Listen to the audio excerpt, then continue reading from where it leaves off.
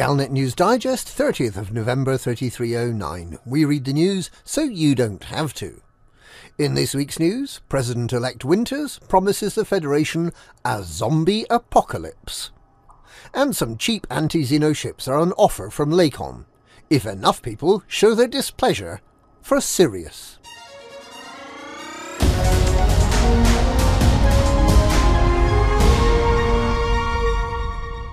President-elect Felicia Winters plans to create a zombie apocalypse in the Federation, according to Vox Galactica correspondent Jade Sanderlin.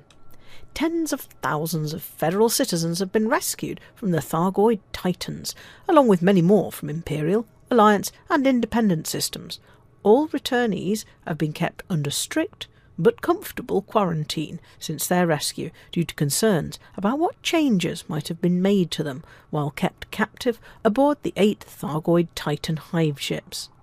If the Thargoids' plan is to infect humanity with the equivalent of the mycoid virus, then those rescued from the hive ships would be ideal carriers of the plague. Or perhaps they have been hypnotised with a wake word used by the Thargoids to turn them into a 5th column of Thargoid-controlled zombie fighters to attack humanity's infrastructure from within.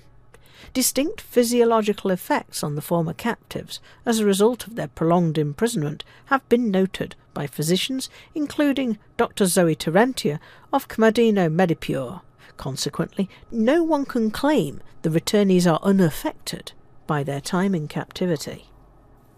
Concern has been growing about the amount of space in secure hospitals taken up by those rescued from the Titans, but only President-elect Winters is reported to have plans to release the Thargoid Titan returnees into the community.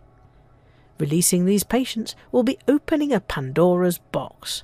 Once they have had direct physical contact with other federal citizens, who can say what terrible disease may rip through the population? Who can say with any certainty that we will not be confronted by a horde of zombie fighters with caustic goop running down their faces, and that we won't have to fight for our lives?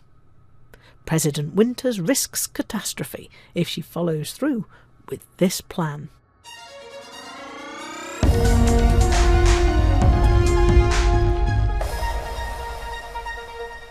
Councillor Nakasu Kane is offering rewards for helping the Alliance prove it can manage without the Sirius Corporation. Kane is a stiff opponent of the Prime Minister's Defence Pact with the Sirius Corporation, a pact that has cost the Alliance dearly in return for almost no benefit. Her protest, in her own Tionisla system, is intended to demonstrate that the Alliance doesn't need Sirius's rather ineffectual supply of spare parts and upgrades. Kane has asked pilots to deliver hazardous environment suits, microcontrollers and titanium to Brett High, where they'll be stockpiled for use by the Alliance Defence Force. Councillor Kane asserts that Sirius is using the Defence Pact to get unfair access to Alliance markets, while failing to deliver any direct defence capability against the Thargoids. The Sirius Corporation has notably not lost a single megaship in the war against the Thargoids, having been very careful to always remain one system distant from any fighting. Prime Minister Mann has not commented on Councillor Kane's publicity stunt, but his office reminded journalists that a review of the Defence Pact is underway, and that its findings should not be prejudged.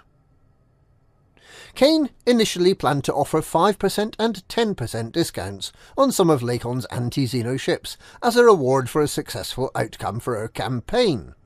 But following an outcry that equal discounts are already available at Lakon Spaceways Central in Alioth and at Jameson Memorial in Shinrarta Desra, and that the Sirius Corporation offers more generous discounts on all ships, she's increased the potential rewards with up to 20% off the purchase price of the Alliance Chieftain, Challenger and Crusader at all shipyards in Tionisla if the campaign goes well for the 2 weeks following its conclusion.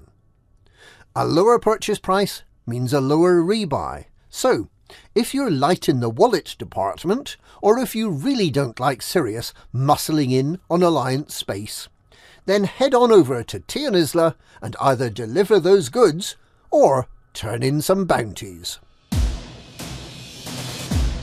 And that's this week's Galnet News. Galnet News. We read the news so you don't have to.